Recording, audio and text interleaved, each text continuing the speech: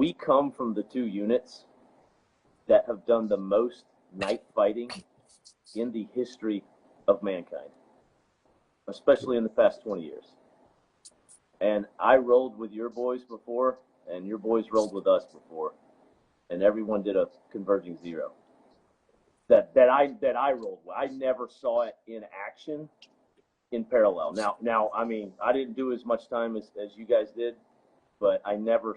And I mean that, right, to me, that's like the ultimate answer right there. I mean, it's like neither unit had a problem doing anything in So 21 years. Right. So I would ask you, like, not to get all hot and bothered, and I apologize for that, Jamie, but then what changed? What changed from how we did business years ago to now? The only thing that scares me, because I've seen, just like you said, agencies that are zeroing at these shorter distances. I taught a class, and these guys did a converging zero at 10 yards, right? Yeah, Yeah. yeah. Fuck. Now, here you go. Wow. Here, I asked them, I go, hey, do you guys shoot that at any other distance? They're like, oh, yeah, we have a 100-yard range. We shoot it at 100. I go, where are you holding? Oh, lower left hip. I was like, holy shit. I'm like, Dude, did that not like raise the hair on the back of your neck? Like, Wow. oh, yeah, that's fucking extreme, right? But they got sold by the rep that sold them the lasers. Oh, yeah. And you know the deal. You don't know what you don't know, right? They're like, oh, yeah, we're going to use this inside CQB distance, man. That's it. They almost had an engagement at 100 yards out in the middle of a fucking field. Fucking Luckily, sucks. they got shut down before that happened because they hadn't had any training. But I took a target and went there and said, hey, look, let's look at a 50-yard parallel zero, right? And then let's look at your 10-yard zero.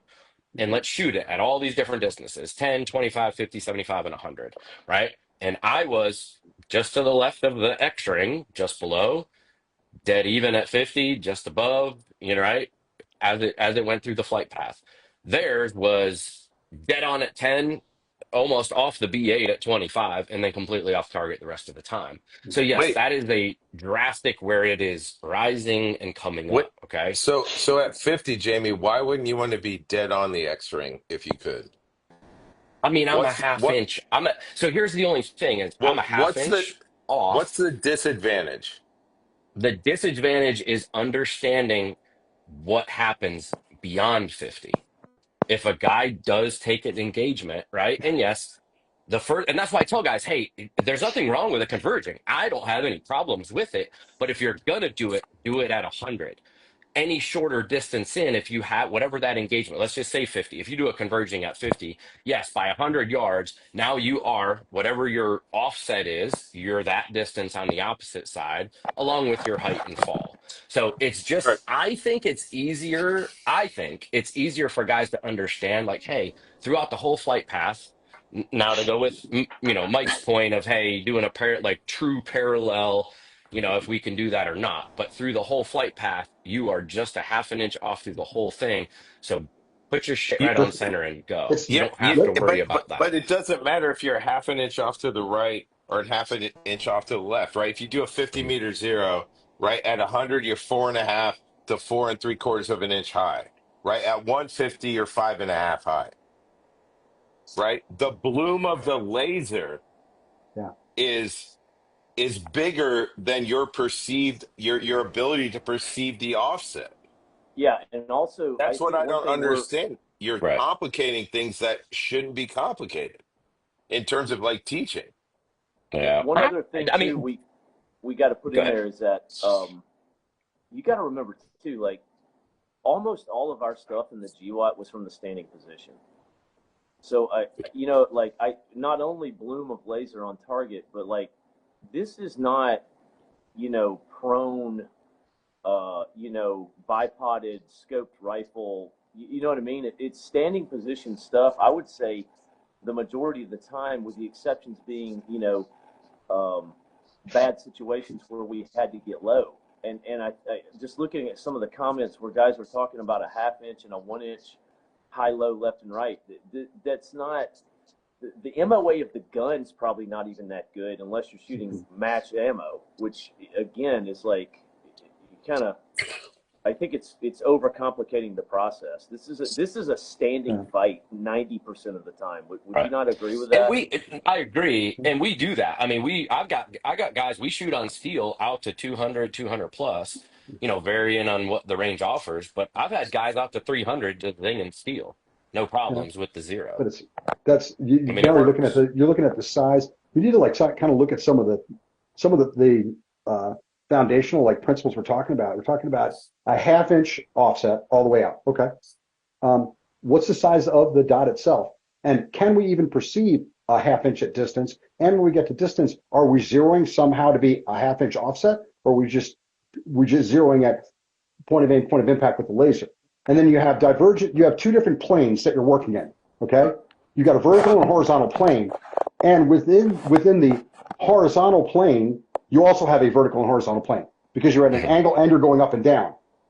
And so it's like there's a lot in play here that you have to manage and balance. And somebody said something, oh, they're just discussing semantics or something like that. No, we're not discussing semantics. We're just discussing stuff at a higher level. Okay. Now I look at it and go, what can I actually see? Both threat and the precision of my laser. How much can I dial it down? How much can I constrict it? How much does it wash or does it bloom on the target? So that's the point I'm looking at. What are we saying things that theoretically make perfect sense, but in practice are just not doable? I can't see a half an inch, okay, without magnified optics at 100.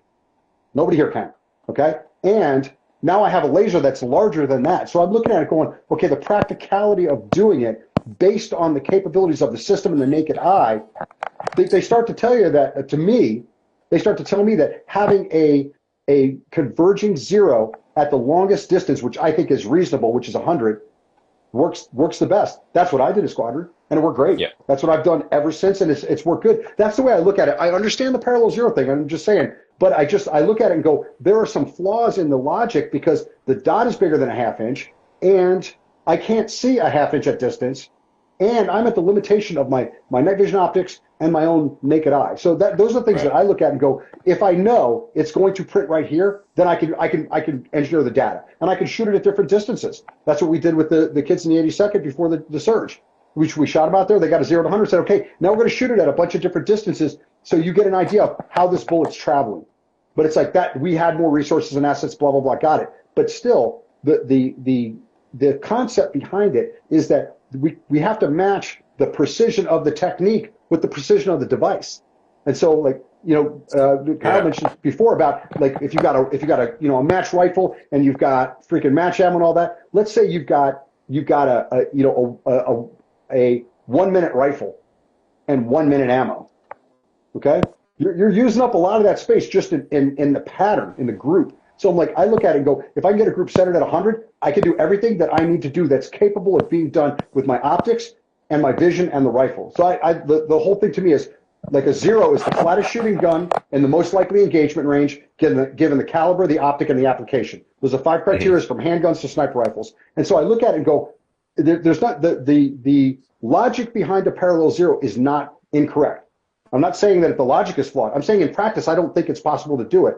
And a parallel 0 either converges at some point and crosses over like a converging 0, or is divergent from the get-go and just starts to drift in the other direction. Right. So if it does when you zero it, because I've done both, like everybody here, when you do start to bring it back, what do you actually do? At distance, you make it converge. So that's my whole point. It's like, are we complicating it with theory that in practice we can't really do? And then, like I said, having done it a bunch, we had the easiest way to do it. I did it, 38 groups of 40 guys, do the math, and it worked great. And everybody else that I know that's done the biz, we've all done it with converging lasers because we have a known point of aim, known point of impact that we can adjust off of as long as we know our dope. So kind of my 2 cents on that.